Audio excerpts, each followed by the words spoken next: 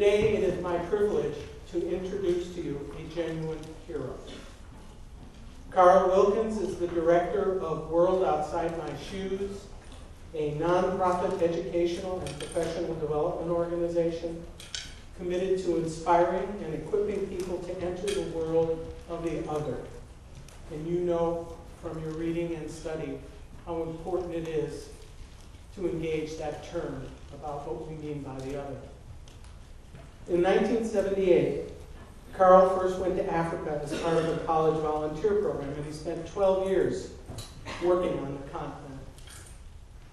After training as a shop teacher, he went back to school and earned an MBA. He's the former head of the Adventist Development and Relief Agency International in Rwanda. And it was in that position that Carl found himself in the midst of the genocide. In 1994, he was the only American who chose to remain in the country after the genocide began. The students in this class have seen the ghosts of Rwanda, so you know who Carl is.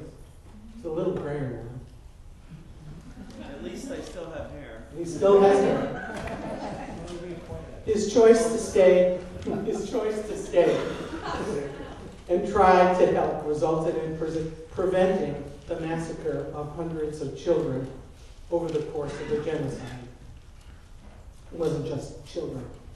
He stayed in Rwanda even though others fled, including UN officials, US officials. No one was more surprised by his decision to remain in Rwanda than the Rwandan people. And I have a quote here from someone whose name was Thomas Kayumba, who was a co-worker of Carl's, who said, "All the foreigners left, but not Wilkins. He was still young. To take leave of his little children," if you remember, he had his children and wife with him, "and his wife, to give himself to the Rwandan people. I don't know how to explain it." Wilkins was featured in Frontline Ghosts of Rwanda, which we've seen, and also a documentary which aired on National Public Radio. His story reminds us of the profound connection between history and the moral choices we face every single day. It also arms us with new insights in the fight against genocide, along with tools and inspiration for reevaluating the relationships we are a part of every day. Carl is associated with Change.org. It's an organization. They've given him the title of Changemaker, and he is in distinguished company, which includes other changemakers: John Kerry, civil rights activist and U.S. representative; John Lewis, Alice Waters, Marion Wright Edelman, Robert F. Kennedy Jr., and Russell Simmons, the founder of Def Jam Records, who's quite a philanthropist. Wilkins' humanitarian work has been recognized with several awards, including the Dignitas Humana Award from St. John's School of Theology Seminary and the 2005 Medal of Valor from the Simon Wiesenthal Center. We're so honored to have Carl Wilkins with us today. Our deepest thanks to Associated Students Productions, to Bruce Berkowitz and Casey Kelly, and the rest of their staff for all their work in helping to bring Carl here. So, will you join me in welcoming Carl Wilkins?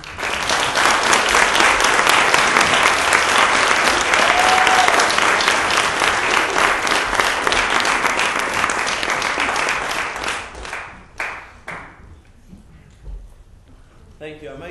I may go without the mic. Am I okay? Yep. I got in my mouth. My big mouth got me in enough trouble as a kid. And so it was interesting. You were just reading from Thomas Kayumba. I just had the pleasure of having dinner with Thomas and his son Gilbert. Gilbert's an IT specialist. Gilbert's in his early 30s. Thomas is his dad. And they were reading out of that African rights document that you were quoting from. And it was kind of fun. Gilbert was reading in English to Thomas, who speaks French, and had been interviewed in Kinyarwanda. So Gilbert was reading to his father what his father had said. He was translating back. As he was reading the English, he was translating back to Kinyarwanda. And his father was standing there very carefully listening. And it was so fun to see the kind of circle that was going on there. These guys told me stories that I wish they could be here, really, and share with you. Thomas was hidden by a very kind officer in the military who actually is in jail today. And I mean, Rwanda's always going to be a complex story. But for several years afterwards, he wasn't in prison because, you know, he had set up a safe haven in a small part of one of the ugliest sections of Kigali, and it was all horrible. But the stories they were telling me were people like this officer and others after the genocide. This is terrible. I'm just diving right into the middle of this without any background, but Thomas just got my wheels turning. They were off to church one Sunday after the genocide, and one of these guys who was with the officer, they said, "Where are you going?" And they said, "We're going to church." "Oh, really? Who's preaching today?" And they said the name of the pastor, and they're like, "Oh, no, come in my house. I'll give you a much better sermon. Do you know what that pastor did during the genocide?" And another guy by Lake Kivu, they were telling me, he decided to baptize himself because he had accepted God, but the people who were doing the baptizing around, he said no, because he knew what had happened during the genocide. Now, I'm not here to diss on churches, okay? I'm a member of the Seventh-day Adventist Church, which is the largest Protestant church in Rwanda after the Catholic Church. But so many times it's people who you don't think, you know, that would be the ones, and people who you do think would be the reversed around. I have some pictures here. I was back in January, and I'm going to ask them just for a moment to turn off a few lights because, or if they all go, that's why I opened both the doors. That makes it hard for the video camera. But we won't leave them off the whole time. But I wanted you to look into the face of this lady. Doesn't she just look like Grandma? She could serve you milk and cookies, couldn't she? Huh? She's part of the display in Kigali of the at the memorial at the Museum Genocide Memorial in Kigali, and I took her picture just not only because her face grabbed me, but her story grabbed me. Her name's Sula, and Sula hid and protected 17 people on her property and fed them from her field. She was a traditional healer, and I always stop right there because as a kid I read stories about missionaries going to Africa, and they were always doing battle with, we didn't call them traditional healers. Some of you remember what do you think they might have been called in those old mission stories? Witch doctors. Witch doctors, yeah. And I thought, wait a minute, who are you calling a witch doctor? But, read on in her story here. Sula, she's a 70-year-old widow. She had 17 people, a little shelter made for animals. She used her reputation for being possessed by evil spirits to scare away the killers, the Interahamwe from her home. I'm looking at that and I'm like, she used her reputation for being possessed by evil spirits to chase away. One of the people she was hiding, Hassan, he says, she told them that if they entered the shrine, they would incur the wrath of Nyabingi. They were frightened. So their lives were saved. Our lives were saved for another day. One more short one I got to just indulge in. Now, she doesn't look nearly as at peace, I guess I would say. You see a trouble and you look into the face of the young lady behind. This is Sifa and Odette. Odette was on the run in Kigali. When my clicker works, here we go. During the genocide. Someone said, go to Sifa's house. She arrived late at night. On answering the door, Sifa said, I've been expecting you all day, but so many people have arrived since I heard you were coming that there's no longer any space. And Odette walked away weeping, but Sifa said, whoa, come back, or your tears will judge me forever. Oh. She hid Odette with many others fleeing the killing. Sifa would bring home wounded and dying people who had lain among the corpses and tend their wounds. So many came to her house that she placed blocks under the legs of her bed. So more could I doubt she ever slept in it, huh?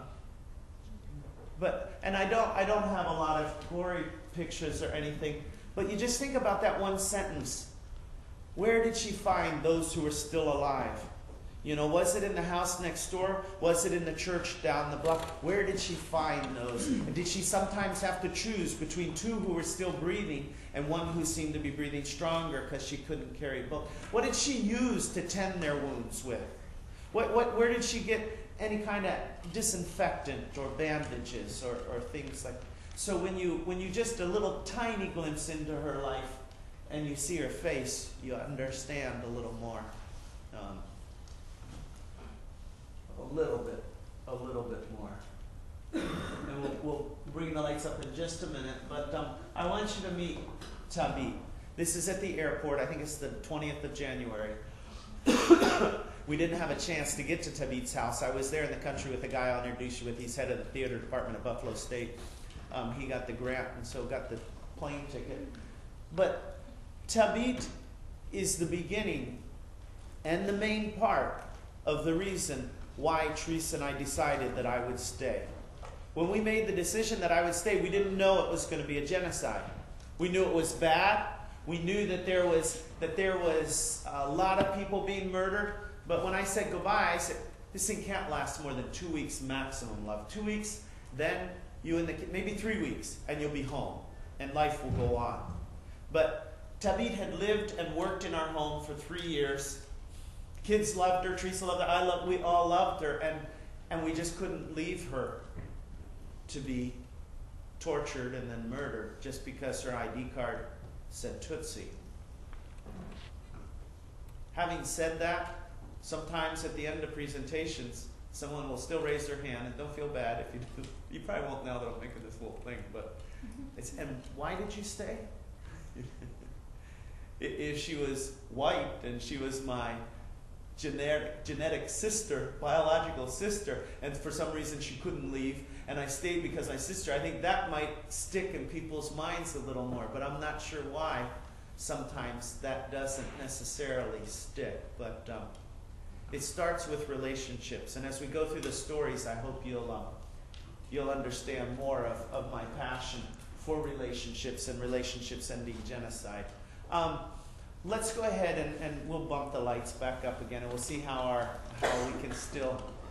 Boy, that is really hard to see, huh?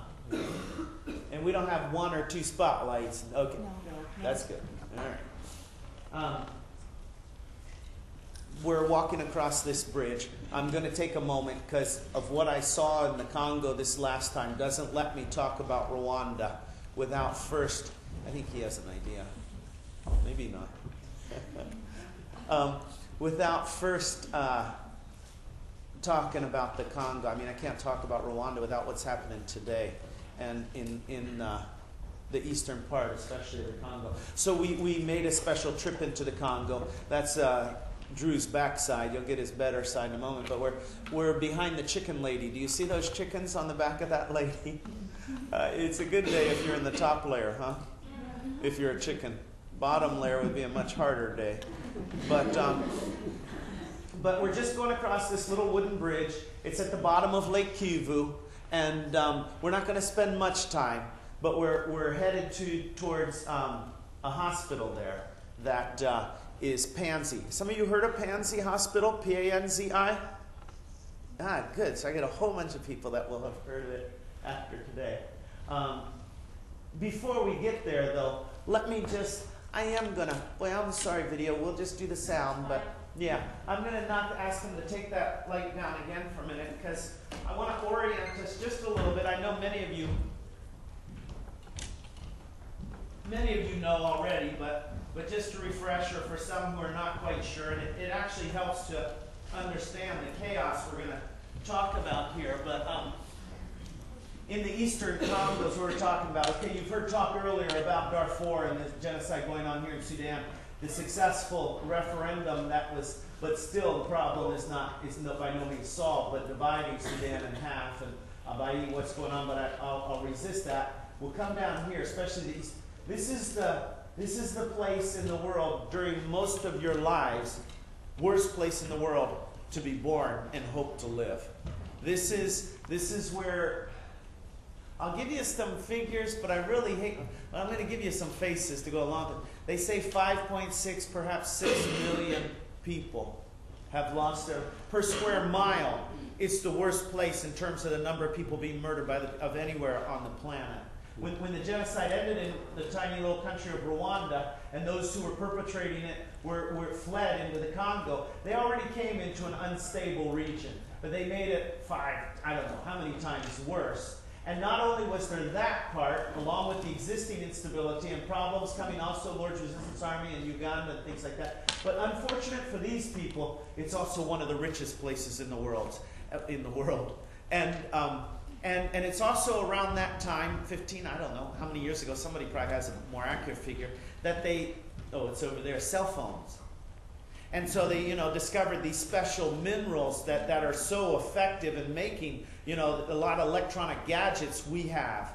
And I say a curse for the people there. I mean, shoot, with all the wealth they have, there should be medical teaching hospitals in this part of the world. There should be all kinds of infrastructure, schools, and thank you.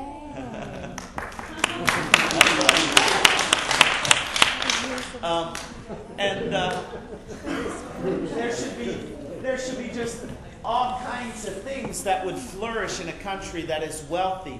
But instead for the people, it's a curse. Instead of them becoming wealthy, as we go in, and I say we because we're the consumers here, so we're part of this whole line, as we go in and just rape out of there all that we can from there, making sure to leave as little, if not none, behind. Except what we do leave behind is all of the lost lives. It's not just the men, especially, who are pulled into mines and slavery. And, if you don't have an existing government or any structure, a guy dies in the mine, you don't pay the family compensation. He's out, and just we take it and enslave somebody else. But the other thing, to keep it unstable and stuff, is especially the trick is going after the women. Now, I'm sure many of you have read 3 Cups of Tea, and perhaps his second book, Stones to Schools, where, the guy who's building schools in Pakistan, Afghanistan, and stuff, Greg Mortensen, he uses this term in the first early chapters, the girl effect. Some of you heard the girl effect? Okay, a few of you. It's a term that's being used now to illustrate that to capture the concept that if you really want to develop an area, you really want to see it move forward, and you really want stability and stuff, you make sure the women get educated. And this isn't just a plea for women who are so often young ladies who are so often neglected and stuff. This is stuff that's backed up by much, much evidence. One quick little piece of evidence, they talk about Al-Qaeda after 9/11 changing their recruitment techniques from areas where the women's literacy was higher because the young men asked their moms for permission before joining the movement. Not, I'm sure, that they always obey, but evidently it was effective enough that these people who are not just some wild hoodlums, as many of you know, running around with guns and stuff, people with university degrees, people who study demographics, and people who are in touch with the global community and trends and financial markets and all of that business, they study and they shift their recruitment to the area where women's literacy is lower. Now, there's a ton of things, I just won't go into all of them. But I bring that up because if you want to do the opposite of developing, if you want to keep it chaotic, if you want to turn it on its head, that's when you go after the women.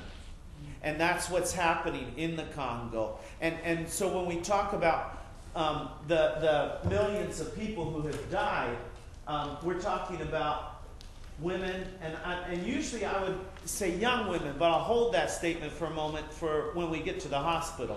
But they're taken off and they're enslaved, and we know that they're horribly violated sexually, and they're tied as a prisoner to a stake or to a tree, and maybe untied to do laundry or to do cooking or something. And the few very strong, very courageous who escape and manage to, because most don't. The few who do, when they come out, probably their home area has been destroyed. They go to a larger town. Maybe they don't want to tell people where they've been for the last 6, 12, I don't know how many months. But the problem is they've been so damaged now. Many of you who know the anatomy and physiology, you know, with the bladder and the vaginal canal and the rectum, and as the wounded flesh inside here, as they've been violated and things rammed inside of them, gets infected and seeks healthy tissue of the bladder, and then the bladder you get whole, and the urine, now they're leaking urine. And so even if they didn't want to tell people, you stink. It's just simple and horrible. So it's not just the emotional damage, but the physical. So that's why we wanted to get to Pansy Hospital, because we wanted to meet not only the doctor who is leading this program, but we wanted to meet some of the ladies at the program. And so I'll skip some of the other stories. Okay, this is Spokane, Washington, where I live. This is actually intentional, because I'm in church in last December, before going to Rwanda in January. This young man is sitting there, Ferris. He's Ferris High School. It's a high school near my home.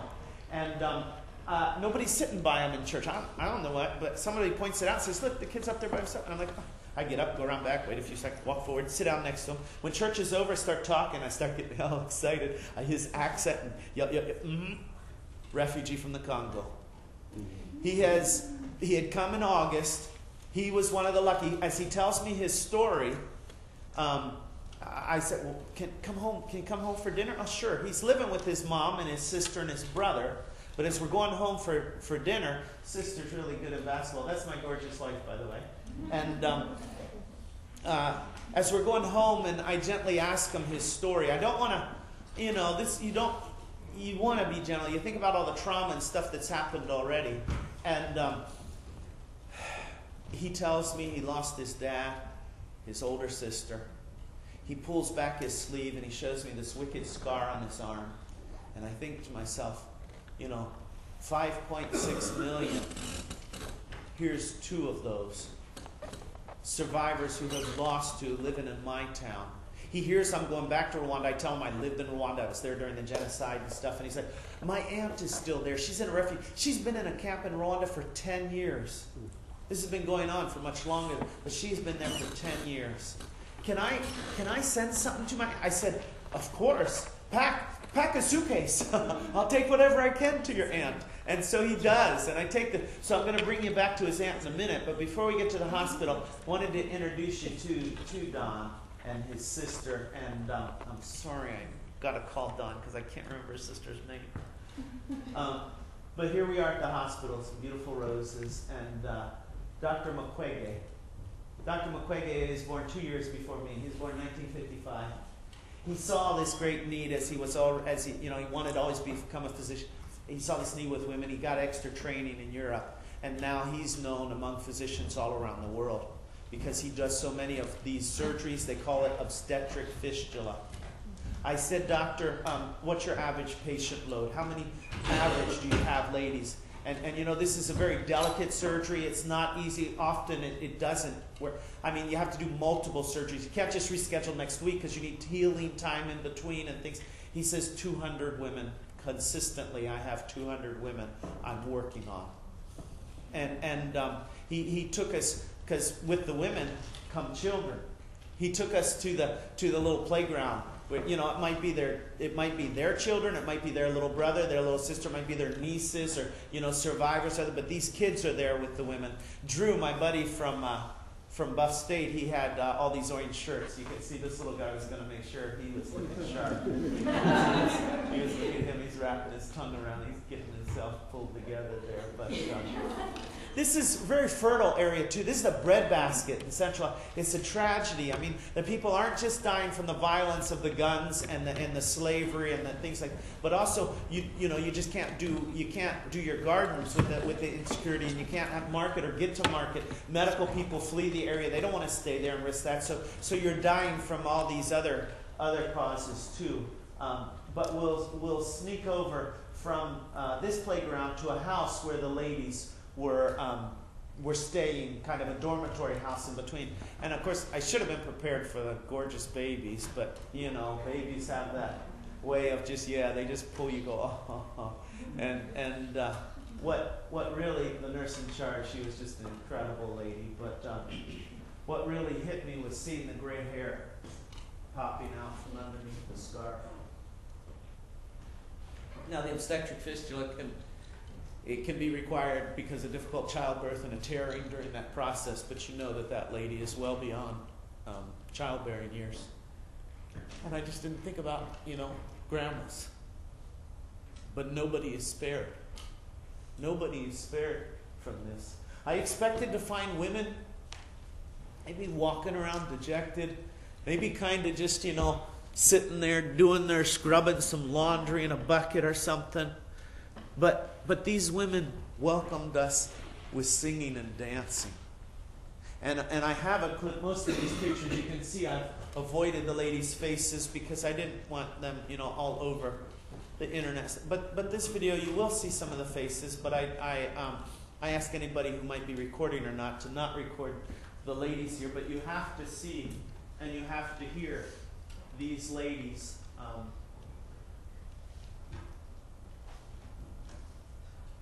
Did I lose it?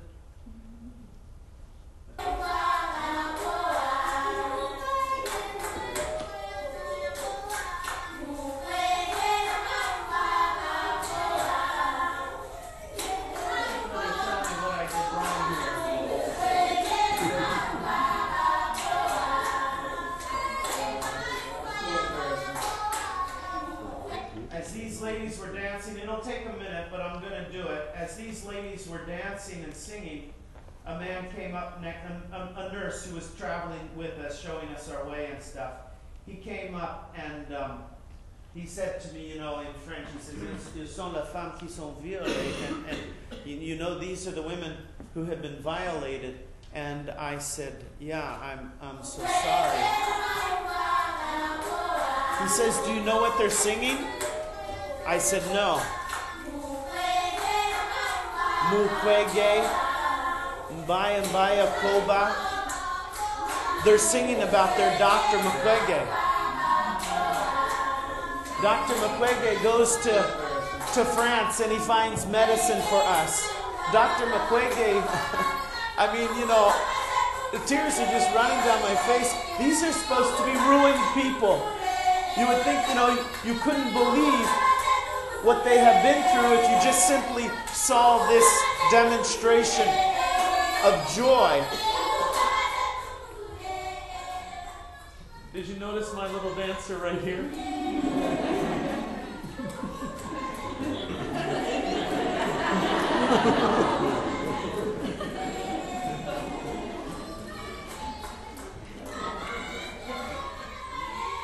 And as these ladies continued to sing and dance, I thought, wow, they are not ruined. When you talk about the girl effect, to understand the strength, to understand the resilience, to understand the ability to focus on what you have more than what you don't have. And what you see happening there isn't just the physical operation at the hospital, but you see the community and being together in a community and the healing that comes from community. So when a couple of girls came to me in Seattle a week, 10 days ago, and said, we've got a project to raise funds for a van, for a clinic that would like to bring women to Pansy Hospital. I'm like, where's your website? Who wouldn't want to give 5, 10, 15, 20 bucks for a van to help more of these ladies to get there? I don't have the website loaded up right now, I'm sorry, but I'll just give a little shameless advertisement for our Facebook page, because that's where you'll find it. On World Outside My Shoes is the name of the Facebook page, and you'll find different postings down there. I just clicked off all the people who come in and just put the postings that are there, and you'll find more Mission San Jose. They were great. Okay, yeah, what we can do for the Congo, and you'll read here about that's the other race hope. Sorry, and the girl effect. It's down a little farther anyway. Pansy Foundation, and just below there. So if you would like to, and as I told the ladies. The DR Congo, making a difference. as I told the ladies afterwards, thank you so much for the incredible welcome and your music. I said, I want you to know there are people in America who care.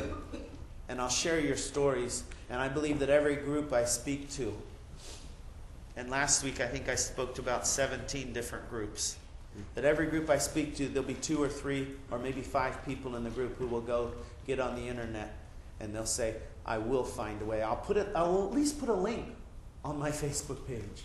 There's some things we can do that's just, they don't take so much. But anyway, so the Congo. Oh, there were a set of triplets. Yeah. And you stop and think. Many of these children, we don't ask individual questions, obviously, but many of these children are the result of rape.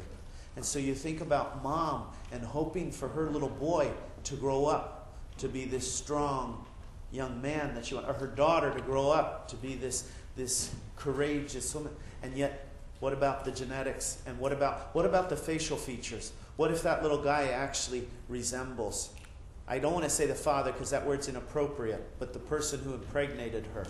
So this journey is an incredible, incredible journey.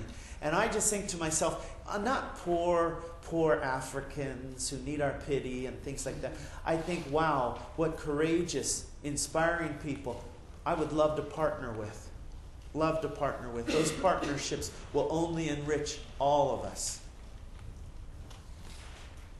So Don, we got permission from the government to, those of you who saw Ghost of Rwanda, you'll remember the orphanage, and I don't know that I'll try to get to part of that story today, but the orphanage where there was going to be a massacre in that documentary. A man and his wife who were hiding there, their children in the orphanage, she's the deputy director of the lower parliament. I think that's Secretary General of the lower parliament in Rwanda. He's a high court judge. And I went to him, his name's Pio Mugabo, and we were visiting a wonderful friend. And I said, hey, I need to find permission to get into the refugee camp. Things are really organized and structured and stuff. And so he worked it out for me. He's a survivor from that orphanage. And we got to Gehembe. It's just on the hills outside the town of Byumba. And here's Don's aunt. She's been in this camp for 10 years. The home's just, simple sticks and mud, a canvas pulled over the top. And as we followed her down the hillside, she invited us into her house. We stepped into the dim room, little couch. There's a little bit of a couch with some foam there. And I gave her the suitcase from Don. Started, I think, this young lady to unpack it. No, you can keep the suitcase. Don't worry, just keep everything. And she says, I apologize. I don't have any refreshments for you. And I'm like, we're in a refugee camp. But for her, no, we're not. We're in her home. And her dignity. And her courtesy. And I can just keep going on with this phrase, girl effect. Again and again. And I showed pictures on my droid. Sorry, I want to plug it. I'll kind of look for the internet here. But I had taken pictures of her nephew and niece, and they were talking in Kinyarwanda. Because, just because they're from the Congo, there's many Rwandans in the Congo, and when they draw those lines between countries, they're irrespective of people groups often and stuff like that. But anyway, she's watching this video, and she's going, as she sees her nephew and niece in heaven, in America. Not in the refugee camp. Before we left, she said, could I send something to Don? And I'm like, well, yeah. What's she gonna? I didn't say pack a suitcase. What's she gonna? We're in a refugee camp. She comes out with a paper bag. She lays it in my hands. And I look in the end there, because it's not closed, and there's a beautiful pair of dress shoes. Beautiful. New, shiny, long tip. Some of those men's shoes, you've seen the style with the long tip. I think, she can't afford this. Wait a minute, that's Carl talking. If you heard that lady's heart, I think you'd hear her say, I can't afford not to. I can't afford to miss this opportunity. So when people give you an opportunity to go on a walk, when is that walk? Sunday. How hard is that? Can you afford not to? When people give us an invitation to participate in different groups, and there's all kinds of, and for me, yeah, I'm passionate about genocide, but I'm also passionate about many other issues and stuff. We think, oh, can I afford to do that? Can I afford not to? Think about this gracious lady. Not to be guilty and shamed into it, but to be inspired into kind of action that really puts others first. Oh, now here's this awkward transition. That's me in college. And my wife. And white overalls are cool. Okay? Just in case you're wondering. We met in high school, and in college we started dating. We did accounting together. It went real well. And after we graduated, a week later we got married, and a week later we moved to Zimbabwe. Now, I'm just moving because of the picture. This is not a week later. This is 8 years later. But during those first 6 years in Zimbabwe and Zambia, 4 years Zimbabwe, 2 years Zambia, Mindy was born. And Lisa was born. And after the first 6 years, and it still looks like she's like 18, huh? And after those first 6 years, we came back, and as you heard in the introduction, I worked and got an MBA, and that's when Sean was born. And this is the fall of 1989. A little park in France. We're trying to learn French before moving to Rwanda. And so from there in the spring of 90, we moved to Rwanda, this gorgeous little country, this land of 1,000 hills. Yeah, I could go on, but let me move a little faster because I do want the recycling. Oh, that's pretty good there, but the girl effect. Okay. That's not 1990. That's last January when I was there.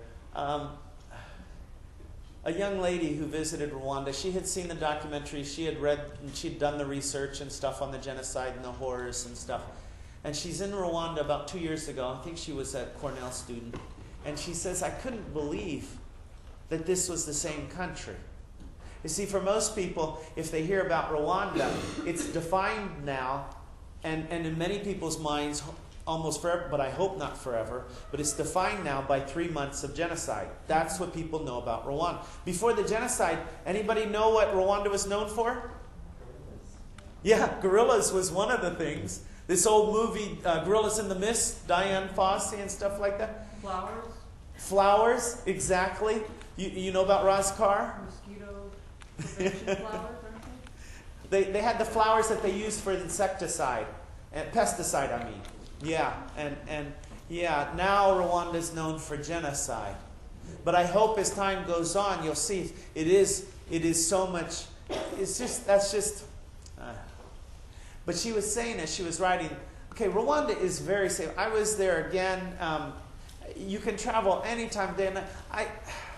I'm not sure where I can find the statistics. I Googled a little bit and didn't quite find, but I know from my time there and with people talking there and stuff that here in the Bay Area more people were murdered than in Rwanda last year. No question about that in terms of the violence and stuff. Rwanda, you'd think by all measures, would continue to be a place of chaos and violence after having the fabric of their society shredded in so many pieces. So yes, it's an authoritarian government. And if you want to talk a little more during the Q&A time, I'll be glad to try to do my best. But she was thinking as she was hanging onto the back of one of these motorcycles, the side of one of these motorcycle drivers. Okay, I said it's safe. Motorcycles might not be the safest. But she's like, it's 1 o'clock in the morning, Saturday night or something, and she's like, I wonder if this guy who's driving the motorcycle, for her 15 years ago then, Genesis, swung a machete. You know, and you try to reconcile these things, and it's very, very, very messes with your head. We were there to build schools, to operate clinics, I'm sorry, I'll go faster through those sections there, but each one of these, they've got stories, which is really hard for me to resist, but the pictures speak very loud. I never, though, resist this one in terms of telling you she probably doesn't own a toothbrush. She's in a very rural setting. Gorgeous teeth, healthy gums. Most likely she probably breaks off a twig on the way to school, chews it till it's soft, and uses that for her toothbrush.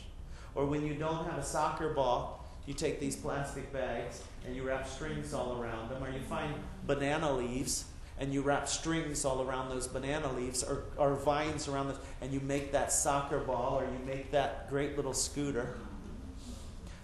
The reason I love this sequence of 3 is because to me it demonstrates so powerfully how you can live focused on what you don't have and what you can't do because of what you don't, or you can live focused on what you do have and what you can do with what you do have. Those are powerful, powerful examples to me. It's not the textbook definition, but to me it speaks the most powerfully to where genocide comes from. And I guess the reason it speaks so powerfully is because it's in my head. As much as I hate it, it's still there. I'm trying to eradicate this idea that I could ever solve a problem by excluding someone. No, I'm not going to kill anyone, right? But we just don't want to have to deal with them anymore. If we could just find a way to get them out of the picture, out of the classroom or off the campus or out of the church or out of the neighborhood or whatever it is. And this exclusive problem-solving method is temporary at best, always temporary, genocide at worst. And so it's that kind of thinking that we're battling against. To end genocide, it's about eradicating the concept of the other. And yes, the early warning systems, we need to study those things. And we need to have the UN mandates, and we need to have, the governments and people appointing special people to understand and to fight against genocide in our governments and in our civil sector and stuff. But the real thing I think that's going to end it is relationships. Because those personal relationships change the way we think, which changes the way we feel, which changes the way we act. You see, sometimes it's like a friend might drag you to the walk on Sunday and you just do it because you're a friend or something like that. But when you're thinking about certain things that we want to accomplish and it changes your heart, nobody drags you there. Your actions are right there because they're springing from feelings that are driven by thoughts of partnering, thoughts of not settling for less. You settle for less, you get less. So our home, really comfortable. I'm not looking at a clock. What do we have? Do we have 30 minutes still? Yes. Yeah. Okay. We're looking out over the city. Those of you who saw Hotel Rwanda, here's the sky, the building right there. This is a new mall that has been built since we've been there. And actually, this picture's 6 years old now. So there's a whole bunch of tall buildings along this road going up to town right now. And I don't know why I didn't take a new picture last January when I was there. But when I would get home from work, these would be my little buddies to greet me, my 3 musketeers. The picture, again, this is about 19 years old, probably, this picture. Keep your eye on this guy with his little cheeks, because here he is 2 years ago. Oh. His name's Comrade. Comrade and Malinzi were really good friends, especially Malinzi would play with Sean Legos on the living room floor for hours. Malinzi knows Big Bird and Cookie Monster. He's watched Sesame Street videos. Teresa's showing them pictures on her iPod when we were there in 2009 of our family. She showed them a picture of our kids all grown up, and they're like, whoa, look how tall Sean is. And which one is Mindy? Which one is Lisa? And she showed them the old pictures, and they're like, oh yeah, that's what we remember. Those kids in the neighborhood, they kind of stood out. It wasn't hard to find Sean. And you saw Sean in the park. He wasn't even 2 when we moved there. Now he's in this picture. He must be close to 5 or so. Always with stuff, scratches and scabs on his knees and on his shins and stuff. But this picture is really significant to me. It's not just a cute little picture of kids. This picture to me represents, well, let's just take a moment again with the help of Google Earth. The plane is shot down Wednesday night, April 6th. We heard the explosion. Sorry, I'm not stopping at the right place here. We heard the explosion because the airport is, I don't know, maybe 5 miles from our house. We didn't know what the explosion was until about 45 minutes or so, an hour later, when a friend called and told us that the president's plane had been shot down. The president had been killed. Not only him, but in the plane with him was the president of Burundi. The Burundian president had been assassinated the previous November. The first democratically elected Hutu president in Burundi had been assassinated by a military that many people were classifying as Tutsi dominated. I'll just take a minute. We're going past the stadium. In the Junior World Cup this summer, Rwanda has qualified.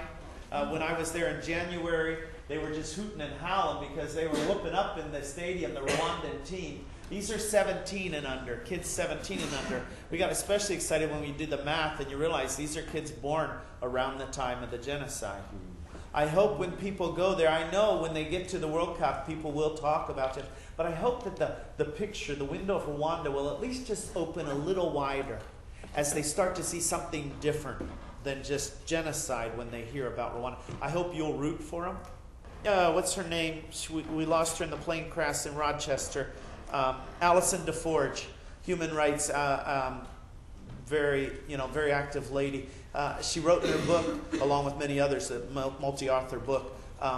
The planners of the genocide had to work hard to break the bonds between Hutu and Tutsi.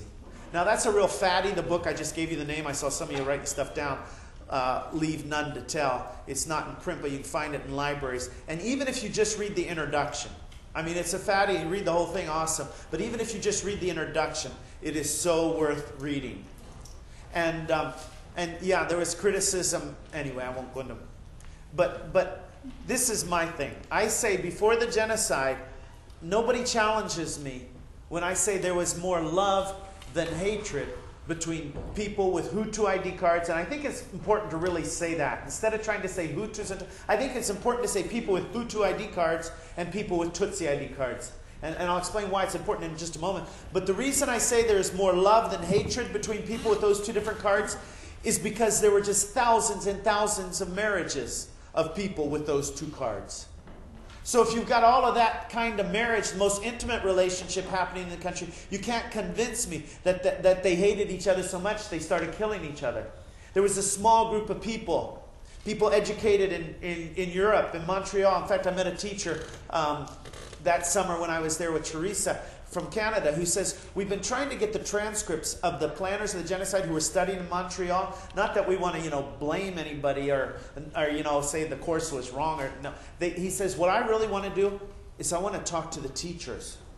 Because teachers form relationships with students. And they often go on for years. And he's saying, as a teacher, I'm thinking to myself, if one of my former students is now in the Ministry of Health or the Ministry of Agriculture or something in Rwanda there or in the Ministry of Foreign Affairs, whatever they're studying, or a professor over there, don't you think when I see on CNN all the people being murdered, and I don't say this phrase of people being stacked like firewood lightly.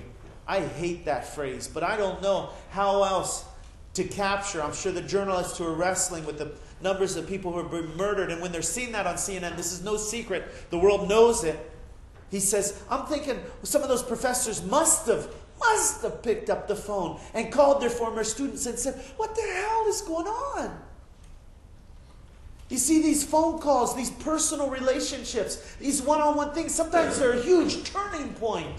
Because these things happen with small groups. They start with small groups. And it's relationships that affect the way we think, which affect the way we feel. That anger, that bitterness, that jealousy, that prejudice, whatever those thoughts are in our hearts, that resentment, and those actions that those feelings drive. So, if you want to talk more about, it's really a confusing thing, though. Understand, when you ask people, well, sometimes they say, yeah, Tutsi people were lighter skinned or they were taller. But then you might have a mom married, two different cards, and dad's ID card says Hutu, so everybody, the kids all say Hutu. But maybe the kids look more like mom. And so you see how it begins to mix up. That's why you understand how important the cards were during this time. And also how important relationships were to carry out. Yeah, the same thing I'm talking about ending genocide used to carry out genocide. Because these relationships and the betrayal of relationships, this family knows that family.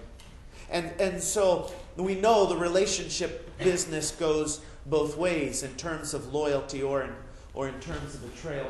But where I'm heading to here okay. As we drive through the city, past the Parliament building, past the Supreme Court, and this whole judicial section here, the statue where everybody gets their wedding picture is right here. I mean, every weekend you got tons of bridal parties there lined up to get their pictures. You come on down the road, and if you manage to get on through and into the parking lot, and you talk nice, or you showed your American passport, you could maybe swim in the pool at the embassy. But that American embassy was new since the genocide. It wasn't there when we lived there. But we're coming down this road here. Usually I come to the soccer field. Over here's my landmark in the basketball court. But we're coming down to the intersection, and we're driving in, and here's the roof of our home. And all around us are mud brick houses with tin roofs. This house wasn't there. There were more mud brick houses with tin roofs when we lived there. This big, beautiful 3-story home, which is now a business, a commercial business. It's no longer a private residence, was some of the first of our neighbors who were murdered. The first thing they're thinking is, what are we going to do for our kids? They boost them over the fence into the yard. This was an orphanage, although the couple who was in charge of this orphanage, 30 kids, 5 and under, the couple in charge evacuated with all the other foreigners. But the young man who was the night watchman right there by the gate, Harry, from the Congo, Harry stayed. Harry could have left. Harry not only had documents from the Congo, he had documents, I found out a couple years ago, from Burundi, and he had documents from Rwanda. He's a very resourceful guy. But Harry chose to stay, and 29 of those 30 children survived the genocide. Maybe Harry was meant to be the person to be there instead of that couple. It's not for me to judge that couple. But come back here for a moment. This is a man in the morning who comes out of his house, drives his car out of the garage there at the bottom there, his late model Audi. He's in his suit. He's on his way to the bank. He's a man who follows the financial markets around the world, a man with a university degree. And the question I've been asking myself recently as I've been trying to step into his shoes is, why was he still in Kigali? He wasn't stupid. He had access to all kinds of international news. He, like the planners of the genocide, probably saw Black Hawk Down before it was a movie, saw it in real time as it was happening over there in Mogadishu. He probably knew much about so many. Why was he still in Kigali the day the plane was shot down? Didn't he see the warning signs? And there were plenty of warning signs. I don't know the answer to that question. He had the means to get his family out.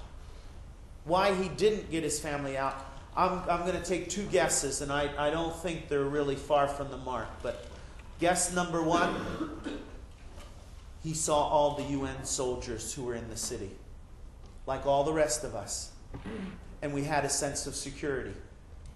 Yes, there's some riots, 24-hour curfews, they're burning some tires at this intersection, there's some violence happening here, 40 people are killed in that neighborhood, in another part of the country more people are killed and stuff, but the UN is here.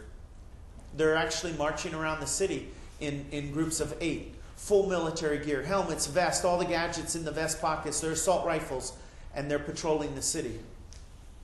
I'll bet that was one reason why he didn't take his family out of there when he saw all those other signs. The second reason, I'm not sure how strong, but I think it's significant, was everybody thought a new excuse me. Just on the good side of a cold. I'm about done, I think.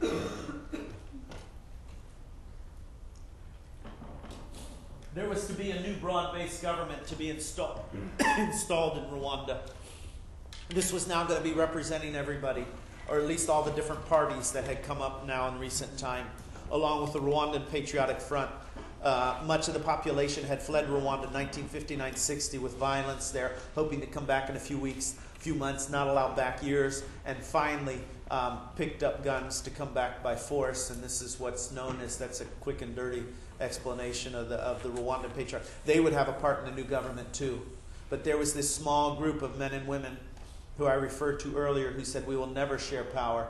They're the ones. Many of them took the form of a political party called CDR, Coalition for the Defense of the Republic, or Rwanda. What would the R stand for? Rwanda. Rwanda. Coalition for the Defense of Rwanda. And doesn't that sound good? You know? But this is the party that many of them are members of and part of. And so that night, so that would be the second one I would say. People were trusting in the installation of this broad-based government to diffuse the mounting tension and the violence that was around there. It's unable to do that. So the plane is shot down. The next day, we see them, we hear the noise, we hear the shouting, the screaming, the gunfire. We see them walking down the street with the furniture, television, appliances. We know it's coming from this home. And eventually, after they did find the husband and wife, they said they were hiding in a closet under the stairway when they found them and drugged them out and did terrible things before finally taking their lives and draping her lifeless form over the fence. They came to our gate. And they never came inside because our neighbors in what might be considered a not so good neighborhood, poverty, and you know how poverty is, sort of, we know. Our neighbors came out and they stood in front of our gate between us and these people with machetes and clubs with spikes through the end of them. And we didn't know about it until the next morning. So I was about to tell you, wasn't I, about this picture here of Sean and why it means so much. Oh, that's Harry, by the way, the night watchman, and I won't go into more stories about Harry who stayed with the orphans but here are two of the ladies, the girl effect. Two of the ladies who stood up courageously for us. They could have been murdered for doing that.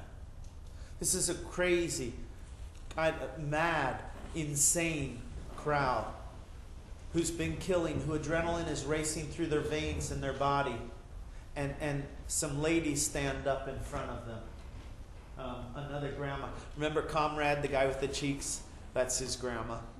She was another one of those ladies who stood up for us that night.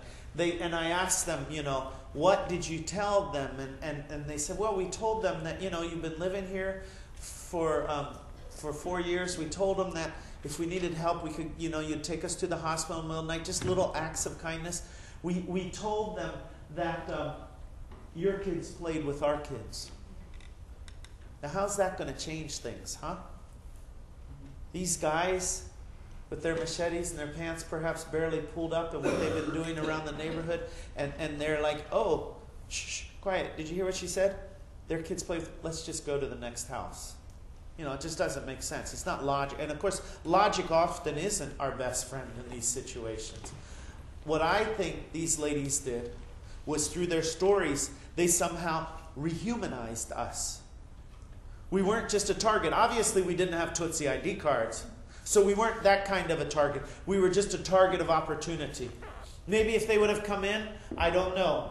Perhaps Teresa and I would have taken the children in one corner of the house and said, okay, take whatever you want, but don't touch our children. But don't you think other parents in the neighborhood were saying that? So before Teresa and I ever made the decision that I would stay, she and the kids would evacuate, our neighbors stood up for us. This is a really powerful story, and this is really hard for me to move past it, but these are frames out of a clip of the documentary Ghost of Rwanda, and about, as the foreigners are being evacuated, about a Rwandan lady who does her best to rehumanize herself and the others in the crowd to this television lady. And the part who's there with her cameras, I was talking to a group the other day, and I said, I wonder if the people who are hiding came out because the cameras were there. I mean, maybe they came out because the foreign soldiers were there. The guy says we've been in the basement for 3 days with bodies and stuff. And then when the cameras are there, you'll see in the video, they're clapping and waving, hey, hey, and the only thing I can think is they think they're being rescued. But they're not. And the television lady talks about the pain as she says, we couldn't do, well, at the moment, we thought we couldn't do anything. Later on, as she's interviewed, she says it could have been different. She's from Belgium. She has this really nice accent. It could have been different. What do you mean it could have been different? Well, somebody has to decide it will be different. And that's always the case. Somebody has to decide. That's why I said earlier, when we settle for less, we get less. Often, I believe it's not until you're right at this point of decision. No, that option doesn't look good and this option doesn't look good. But you know what? I'm not going to settle for either one of those. Because if I settle for less, I'll get less. And it's often right at that point on the edge when a third option presents itself. And sometimes that third option doesn't. And people end up dying because they've said, neither of these options are acceptable. I will not settle for less. See, I couldn't resist. See, because she's murdered, you think she failed? For her and those there, but maybe not for you. Maybe her story, her face, her outstretched hands, in a way can rehumanize. And we will somehow be different people because I've given you a very short, poor summary of her story and her last moments and her efforts. We all know about dehumanizing, but this rehumanizing, to be a part of rehumanizing, speaking value into people's lives.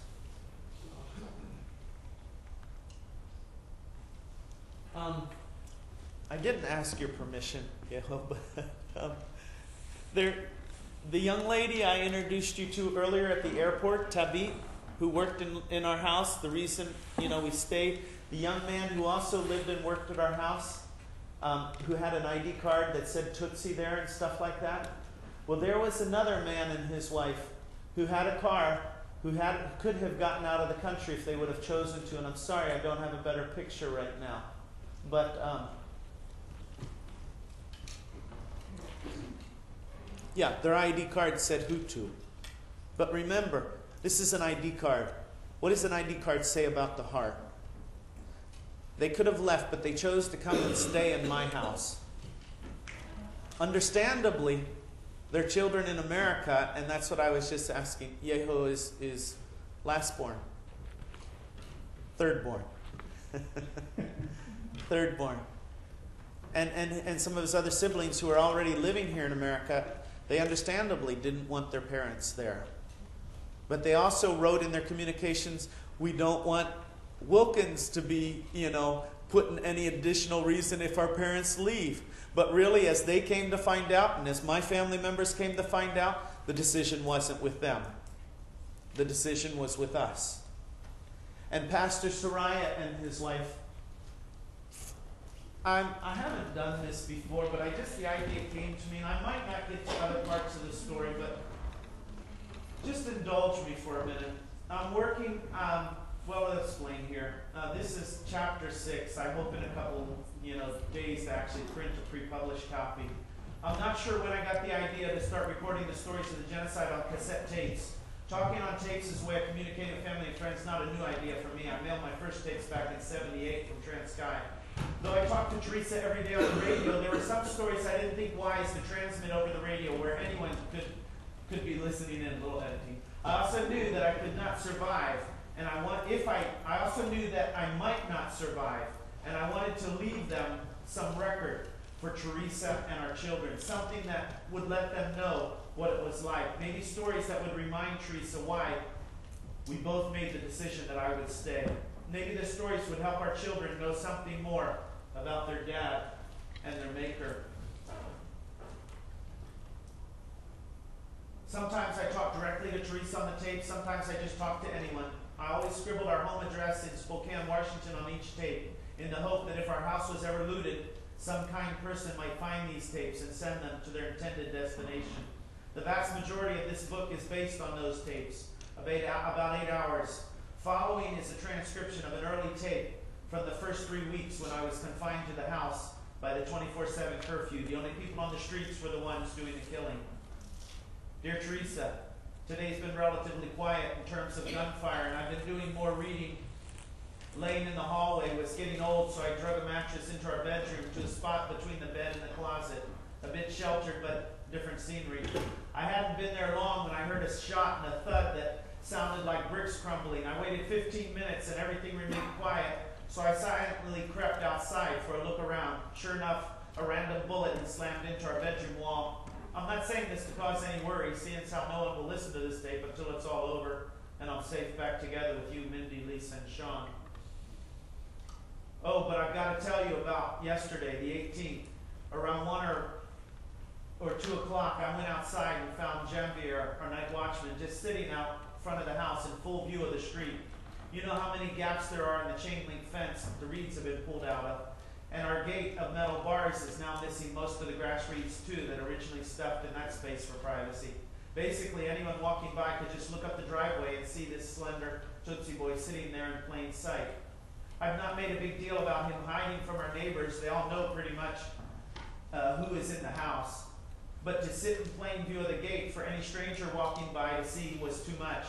He was putting all our lives in danger. Frustrated people were walking up and down the streets, angry people, people with assault rifles, people with simple but deadly weapons walking up and down the streets.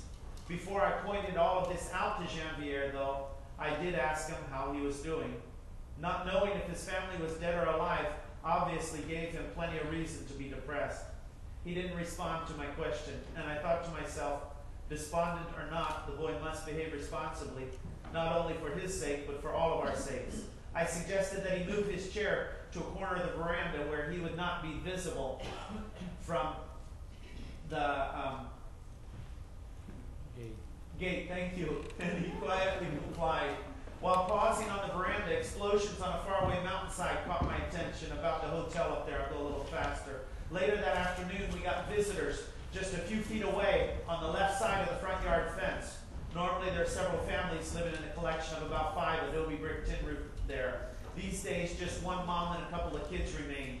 6 or 7 soldiers decided to move into one of the empty houses right up next to our fence. They brought a couple of cases of beer and perhaps a goat or two to have a barbecue. I found out they were there when Janvier came walking in the back door with a sheepish look on his face. Looking both confused and frightened, he said some soldiers had seen him through the fence and started shouting about Tutsi sympathizers.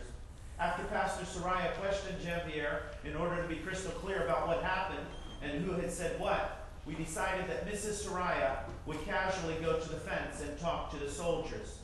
This lady has already proved to be an incredible peacemaker. She is so gifted when talking with impossibly difficult people. Anyone could see that what a deadly threat these soldiers pose to us. Imagine trying to keep your voice steady in order to calm them. Perhaps she saw them more as sons and nephews than as torturing killers. I just shake my head as I think about the courage it took to look square into their blurry, bloodshot eyes. And this was not the first, nor would it be the last time she would be convincing killers to change their course.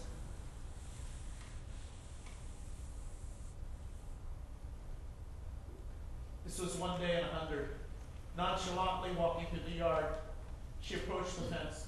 She engaged one of the soldiers in conversation. What's this nonsense about Tutsi sympathizers, she asked. Don't be ridiculous, we're not involved.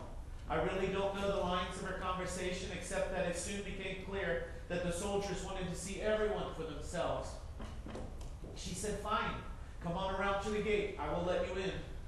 As she met the soldiers down at the gate, Anita, that's the young lady, I changed her name in the book. That's the Tabit I've been telling you about. She came silently through the house to the backyard patio where Janvier was. You could see in their eyes they both believed that their worst fears were about to happen.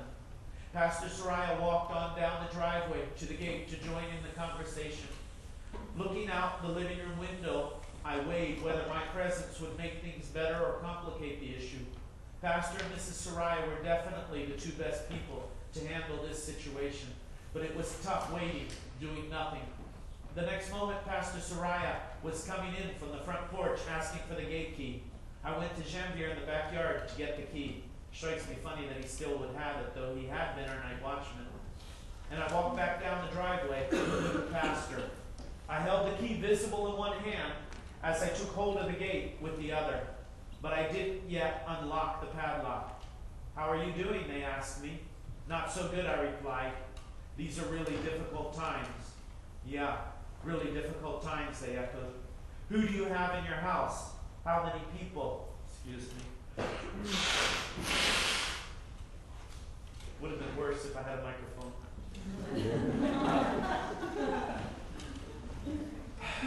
How many people? Do you have any sympathizers or anything like that? No, monsieur. I have this family, and I am the director of ADRA. I've been in Rwanda for 4 years. This is my country, and I didn't evacuate with the other people because I came here to live with the people, no matter what. You know, ADRA is a humanitarian organization. We've been building schools and operating clinics. This Pastor Soraya here is the legal representative of the Seventh-day Adventist Church, and he is staying with me along with some workers. They relaxed a bit, and we talked on for another 10 minutes or so. They didn't mention coming in anymore. In fact, they were really quite polite and decent. There were 4 of them there with their machine guns over their shoulders, and we just continued talking through the gate. Eventually, we wished them courage in their work and told them that we were all praying for peace. Reaching through the bars, each one of us shook hands. Each one of us shook each soldier's hand and said our goodbyes. Then they finally turned and walked away. This huge collective sigh poured out as the 3 of us silently turned back towards the house and headed up the driveway on shaky legs. We walked in the front door and out the back to let Anita and Jean-Pierre know that the soldiers were not coming in. Stepping back inside, we instinctively formed a prayer circle. This seemed to be a changing point for Jean-Pierre. As I said earlier, he had every right to feel hopeless, not knowing the fate of his mom, dad, little brothers, and sisters. Must have been especially tormenting, wondering if he should try and do something, anything, no matter how desperate, to be there for his family, to somehow try and protect them. But today he definitely did see how his actions made a huge difference for the people right around him. And I won't carry on with the chapter, but to understand how each person in our house had a role. We didn't send Mrs. Soraya to talk to them first because we were afraid. It was the strategy we felt would be most effective. And it often was, like that day and other days. So when people talk about Hutu and Tutsi, that's what they often ask. They want to know because they've learned a little bit about Rwanda, and maybe they meet a Rwandan, and they're like, and many without much, I don't know. I don't want to say without much respect, but it seems to me without much, perhaps with a lot of ignorance. They say, so are you a Hutu or Tutsi? Well, what will that tell you? You see, it's just like, well, thousands of Hutu people died in Rwanda during the genocide. People with Hutu ID cards, because they did not go along with the genocide. So I can't begin to tell you all the ways that Mrs. Soraya courageously played a key role during this time, or the wise counsel, or the encouragement, the deep faith that Pastor Soraya shared with me. But I can't imagine having gone through that. So even though Yeho and I haven't spent a lot of time together, we are definitely brothers because we have the same parents. And those kind of situations, you know how they bond people together. So thanks for letting me read that chapter to you. And I do, if you have questions or comments, our time is about 10 minutes. I obviously have a lot more stories, but we'll go ahead and turn the lights up a little bit, and or whichever. And if you do have some questions, Can someone get the lights, please, yeah. Thank you. To me, I'm dancing and singing, and I was interested in learning more about that doctor. Can you repeat that name? And I was wondering if you or your friend knew the translation of that song more? It was a mixture of Swahili and other things. Did you understand more of the song? Yeah. I heard Baba, and I thought that they were calling him their father. They're saying the doctor was their father, but I don't know Swahili, but I know it's Swahili. Yeah. Father is one of the words. The PANZI, Pansy Foundation, is where you'll find more. And like I said too, on the Facebook page, if you forget that, maybe you'll forget World Outside My Shoes, I don't know. But if you Google Wilkins and genocide, you'll eventually get there. But yeah, please do. Thank you for that question. Thank you. Yes. Please. You were talking about the Hutu and Tutsi were really, they lived side by side before. What do you think were the hooks? Well, one part of my question is, what was the intention of people, in your opinion, who got the whole killing ball rolling? And what do you think were the hooks that they were able to sink in? How do you think they got people to do the deeds? Yeah. I think, right. I think the intention was very much, it was politically motivated. They would not share power in government, and their positions in government were threatened. And so they would not set up a broad-based government. So it was very much us, we will stay in power, this is a threat to our power, and what people will do, all kinds of desperate measures, the threat. Your hook question is a lot more difficult. I kind of compare it to a snowball, that because it did snowball, and how they made a successful snowball for that to continue to grow. And pieces for that snowball. One, I would say, it's hard to say a first one because that would seem like more important or something. But fear was huge. We had an enemy. They identified, I shouldn't say we had, because I'm putting myself in the place of the people who were planning the genocide, had an enemy in the Rwandan Patriotic Front. There's a war. This is an easily identifiable enemy. Who's sympathetic to the enemy? Anybody who's related to them. Anybody with a Tutsi ID card. Anybody who won't support us eventually. So this is not only a time to eradicate people with Tutsi ID cards and connected, but this is a time to eliminate moderate Hutu people who don't go along with our philosophy. That's why the second day they went to the Prime Minister's home and they murdered her. Her ID card said Hutu, but they knew that she wouldn't go along with the genocide. So many powerful Hutus were murdered, or if it would cost them too much politically collateral to the reputation of the movement and stuff, they would maybe move them out of the country, send them to Europe, give them a job somewhere else. So they somehow got those moderates out of the way. And so when you then have this kind of war, the fear, we're going to take several, and I won't take the time, but it would take several parts to put together where did all this fear come from. The hate radio. What role did the hate radio play in building the fear? And when actually the murders started happening, I'm sure they didn't know if they were going to be able to pull this genocide off. We look at it in history and we think, oh, slam dunk. But I don't think it was like that in those early days. So it was soldiers who were involved with that. Initially the Presidential Guard, especially because of the plane being shot down. But it was well planned. So the military, the gendarmerie, the police force and stuff. So as that killing is going on, and you're seeing this here, you're deprived of your sleep. Throw into this, excuse me, snowball the concept of obedience to authority. Understand that the radio was huge in the lives of the people in Rwanda. 2 o'clock obituaries, 3 o'clock classifieds, jobs, employment. The radio for years had been the lifeline. Now we have a second radio station. It's cooler. It plays all kinds of music. And it has not only hate messages in the music, hate messages in the comedy, hate messages and flat-out speeches. The Hutu 10 Commandments, don't pollute yourself and stuff with Tutsi people. And you begin to go with all of that ideology that's there. That many people say, well, you know, we have skinheads, we have all these kind of things here and stuff. You know, and you sort of would like to write it off. But this is part of the snowball. And I'm a Hutu dad with a wife with a Tutsi ID card. I'm not going to kill anybody, but I've got to somehow show that I'll patrol with them. I'll man the roadblock. And to try to preserve my family or something like that. I then find myself pulled into this farther. And so, greed. Everybody's doing it. My school teacher's doing it. My uncle's doing it. They say, show up at the soccer field at 10 o'clock in the morning for work. If you don't show up at the field, that means you don't want to defend the country. That means you're sympathizers with the enemy. And well, they're taking the roofing sheets and somebody else doesn't take them, then I'll take the roofing sheet. We might as well. And they're looting. And so greed, I don't know how big a piece of the snowball. Greed is another piece.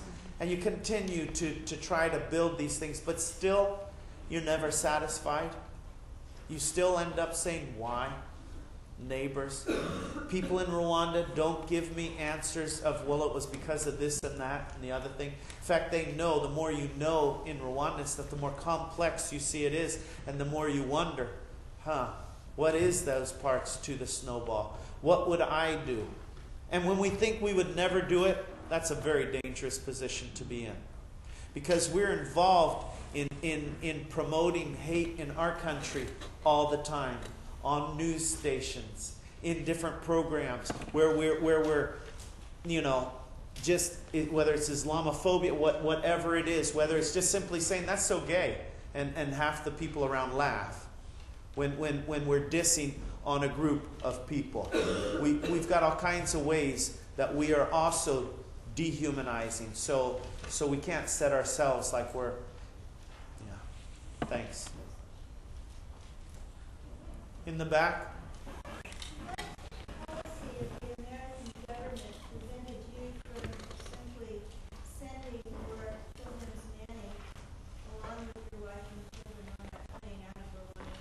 They actually drove out. The picture that I had back here is a pickup truck and a little camper. That's the kids, and this is the long convoy.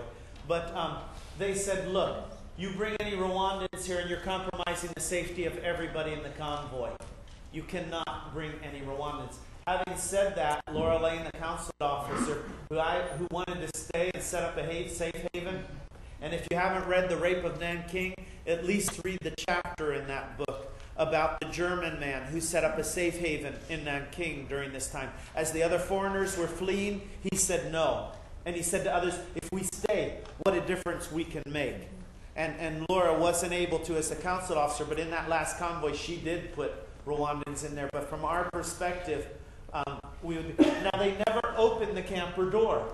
So in hindsight, they both could have been in there. But this threat to others, and now, I don't know, when they got to the assembly point, maybe people did look in the camper at that time. But basically, they were saying no Rwandans. Didn't matter if their their ID card said Hutu or Tutsi. No Rwandans can be in this convoy. Yes? Could you elaborate on some of the warning signs prior to the genocide? Well, the hate radio I talked about, huge. The demonstrations that were going on in the city before, the massacres that were happening in other parts of the country, but also in Kigali, huge.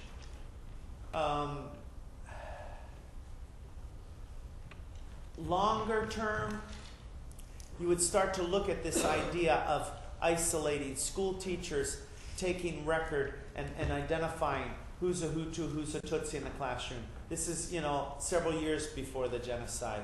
At the time of the genocide, the stories are going around about the list that were being prepared. But the one that's like the bomb is in the weeks before the genocide, when documents were brought to the UN from planners. A man, they called him Jean-Pierre in code name, who was training these militia. He's got documents that say we can murder 1,000 people every 20 minutes. Documents that talk about the murder of 10 Belgian peacekeepers with the intent of so horrifying. Now, that's not a warning sign for everybody, but that's something that was in the hands of the UN that went to New York. That's not a warning. That's almost like a declaration more than just a warning.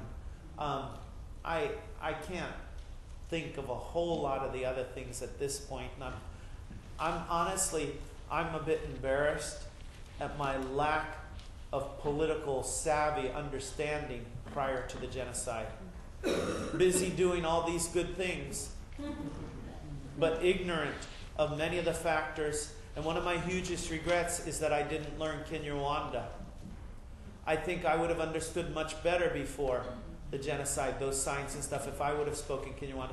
And then I think of the difference I could have made during the genocide if I would have spoken Kinyarwanda in dealing with so many of these people.